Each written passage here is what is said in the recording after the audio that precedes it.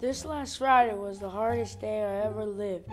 All of the disciples, myself included, were in the Garden of Gethsemane with Jesus. We were all wondering why we were in the garden in the middle of the night. I mean, I'm usually in bed before 10. Jesus was sweating and praying like he had no time left. He asked us to pray with him, and we did for like 15 minutes. Then Everyone was asleep, and James was snoring like a hippo. what? It was way past my bedtime. Jesus woke us up a couple times, but I could hardly remember what he said. Then everything started. All of the religious leaders, led by Judas, came up to us. All I remember was waking up confused, people yelling. Peter was flailing around with a sword, and ears were being cut off. I only cut one ear off, and besides, Jesus put back on the guy's head.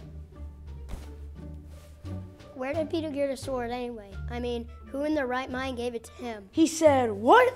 Jesus calmed everyone down, but then they arrested him. And we ran for our lives. I suppose I knew that Jesus would be taken, but it still scared me so much.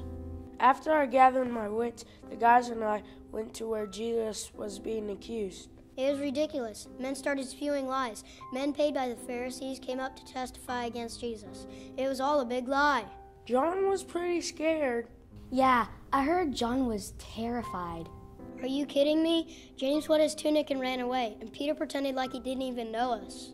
Regardless, Jesus was finished being tried by the Sanhedrin when the rooster crowed. Oh, rooster crowing? Doesn't sound familiar. Christ had told Peter that Peter would deny him.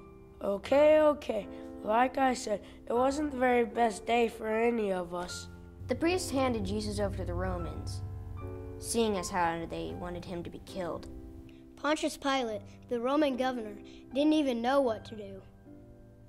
They stripped my son and beat him until he bled.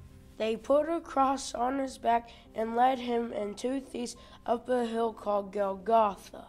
They nailed him to a cross and crucified him. He was crying, "Father, why have you forsaken me?" Jesus passed away. The sky grew dark, the earth shook, and the temple veil tore in two. I heard a Roman soldier say, "Surely this must be the Son of God."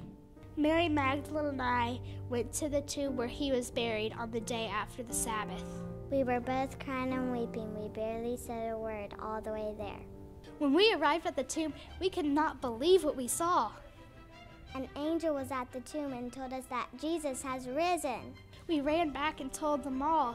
Then Peter and John ran to see for themselves. That John sure was fast. He beat me there by a mile. Well, anyone's faster than Peter. We couldn't believe that he was alive. I didn't expect it. To be fair, he told us like 100 times to expect it. Oh yeah! We were back at the house that evening, and Jesus showed up. We all worshiped God and then spent a few more days with Jesus, and then he ascended into heaven. We were lost, apart from God. But God came to us. Jesus died to pay our price. He defeated death and rose again. He is risen! He is risen! He is risen!